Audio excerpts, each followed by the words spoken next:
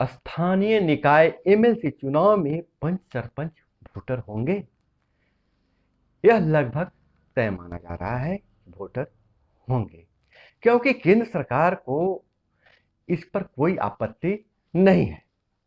जल्द ही राज्य सरकार राज्य निर्वाचन आयोग को प्रस्ताव भेजेगा। इस मुद्दे पर हमारे पंचायती राज मंत्री सम्राट चौधरी क्या बोलते हैं? सम्राट चौधरी से खास बातचीत हम आज आपको बताने जा रहे हैं, सुनाने जा रहे हैं कि पंचायती राज मंत्री ने इन सारे मुद्दों पर क्या कहा, आपके सवालों पर क्या कहा।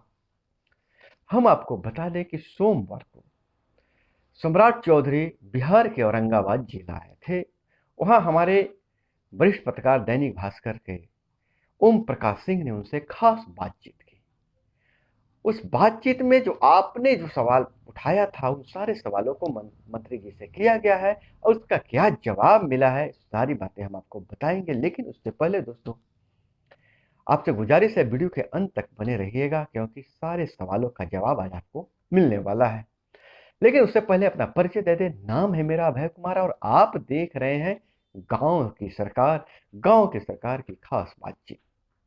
खास बातचीत में आज हम पंचायती राज मंत्री सम्राट चौधरी से भी बातचीत के अंश आपको बताने वाले हैं। तो आप बने रहिए हमारे साथ और हम शुरू करते हैं कि आखिर क्या कहा मंत्री ने आपके सवालों पर। वहीं यूपी चुनाव के बाद सीएम नीतीश कुमार का दौरा कर अपने पुराने लोगों से मिल रहे हैं, संगठन में एक नई जान फूंक रहे हैं। इसका मतलब यह भी निकाला जा रहा है कि एनडीए में खटपट है। लेकिन मंत्री ने कहा एनडीए में सब ठीक ठाक है और सरकार बदलेगी। उनसे बहुत सारे सवाल किए, क्या सरकार बदलेगी, इन सभी मुद्दों पर बातचीत हुई है। उन्होंने साफा कहा है लोकतंत्र है, सबको अपनी पार्टी को मजबूत करने का हक है।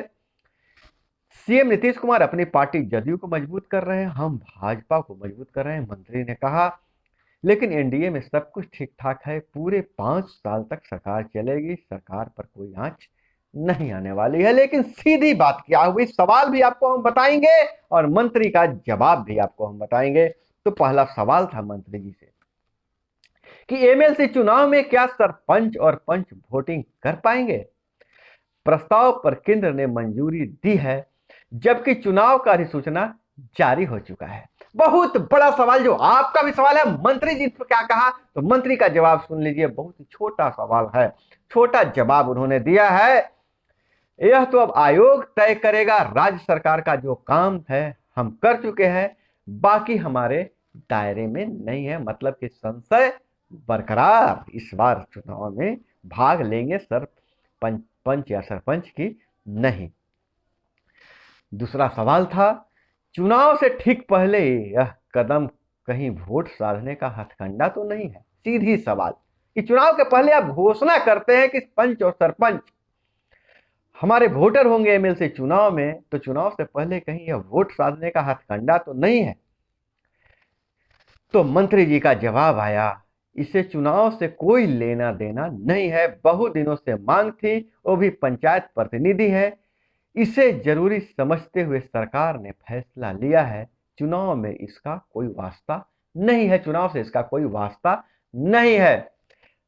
सवाल नंबर 3, आप सदन में स्पीकर हो, सीएम हो या किसी विरोधी दल के नेता, किसी को भी बेबाकी से कुछ बोल देते हैं। मंत्री जी के बारे में कहा गया है, क्या भाजपा के फायर ब्रांड नेता बनने का हथकंडा तो नहीं, ताकि भाजपा के सीएम का चेहरा बन सके?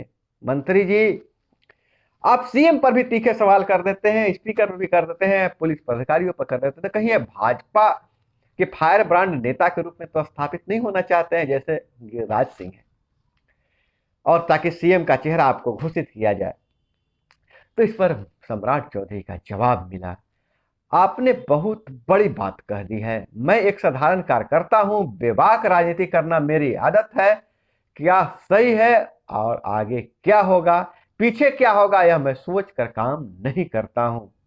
जो सही लगता है वही बोलता और कहता हूं, पार्टी की विचारधारा को आगे बढ़ा रहा हूं। सवाल नंबर 5, आपका अंदाज योगी जैसा है, संघ के करीबी बनने की चाल तो नहीं है। सीधे सवाल मंत्री जी से हो रही है। पार्टी में सबकी एक अलग पहचान होती है, मैं तो सिर्फ जनता की समस्याओं को ध्यान में रखकर काम कर रहा हूं। 85% गांवों में रहने वाले आबादी के लिए काम कर रहा हूं। आगे क्या होगा मैं नहीं जानता हूं। मैं तो सिर्फ काम कर रहा हूं। किसी भी नेता को जब तक कार्यकर्ता का साथ नहीं मिलेगा वह मजबूत नहीं होगा। कार्यकर्ता ही ताकत है, इसलिए मैं कार्यकर्ता और जनता के लिए अपने नेता से भी लड़ जाता हूं। दोस्तों, जैसा मंत्री जी ने कहा है सेम टू सेम मैं वही बात मैं आपको कह रहा हूं। जैसा मंत्री जी मैंने कहा है, आपके सामने मैं वीडियो भी रख सकता था, लेकिन कुछ तकनीकी खराबी के कारण वीडियो की क्वालिटी अच्छी नहीं आ पाई है, जिसके कारण मैं आपको पहले अखबार में छपने के बाद आपको मैं बता रहा हूं। सवाल नंबर मुखिया से जुड़ा हुआ है, मुखिया की सुरक्षा से जुड़ा हुआ है। अब बहुत बड़ा सवाल था, आपके मन में भी सवाल आता होगा। मुखिया के मुखिया सवाल पहले सुन लीजिए। मुखिया को हथियार लाइसेंस देना कितना सही है? इससे आपराधिक छवि के भी हैं, मुखिया आपराधिक छवि के भी हैं। तो मंत्री जी ने कहा वे पंचायत के जनप्रतिनिधि हैं, उनको सुरक्षा देना भी हमारा दायित्व है। कई सारे मुखिया की हत्या हो गई है, हम लोगों ने स्पीडी ट्रायल कराया और हत्यारों को सजा दिलाया है। अब सुरक्षा के लिए यह कदम उठाया। जो आपराधिक छवि के होंगे उन्हें प्रशासन लाइसेंस देगा या नहीं देगा। लेकिन उन्होंने फिर जोर देके कहा कि आपराधिक छवि वाले को प्रशासन ही लाइसेंस नहीं देगा, लेकिन अन्य सभी को लाइसेंस दिया जाएगा। लेकिन मेरा एक पूरक सवाल यह भी है, शायद यह सवाल नहीं किया गया होगा, अगली बार अगर मिलता हूं तो मेरा सवाल यह होगा कि मुखिया को तो लाइसेंस देने की बात कही जा रही है, चाहे पंचायत प्रतिनिधियों की, लेकिन हमारे बहुत सारे ऐसे जनप्रतिनिधि हैं जो गरीब तबके से आते हैं, और आजकल जो लाइसेंस की बात है, अग्न्यास्त्र की बात है, उसका लाखों में दाम होता है, लाखों में कीमत होती है। तो ऐसे परिस्थिति में गरीब मुखिया उस हथियार को कैसे खरीदेंगे? लाइसेंस तो ले लेंगे, हथियार खरीदने के लिए उनके पास पैसे कहां से आएंगे? क्या सरकार ऐसे मुखिया जी को हथियार खरीदने के लिए पैसे भी देगी? अगर आपके मन में भी और कोई सवाल है जो मंत्री जी से पूछा जाना चाहिए तो आप जरूर कमेंट में बताइए। दोस्तों, आप जो कमेंट में सवाल रखते हैं, मौका जब मिलता है या कभी मेरी टीम के सदस्यों को मौका मिलता है तो मैं आपके सवाल को मंत्री जी से, मुख्यमंत्री जी से पूछा जाता है। इसलिए आप कमेंट में बताइएगा कि पंचायती राज मंत्री से आपका सवाल क्या है।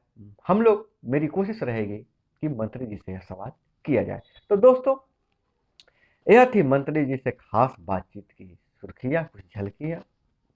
इसी तरह से खबरों के लिए जुड़े रहिए हमारे साथ। हमसे जुड़ने के लिए क्या करना है, नीचे जो लाल वाला बटन है सब्सक्राइब लिखा हुआ है उसको दबा देना है और घंटी जैसी आकृति को छूकर ऑल सेलेक्ट कर लेना है। तब आप हमारे ठोकर परिवार का हिस्सा हो जाएंगे। और इसी तरह से खबरों से जुड़े रहने के लिए आप सभी को धन्यवाद। अपना बहुत बहुत ख्याल रखिएगा। मिलते हैं अगले वीडियो में।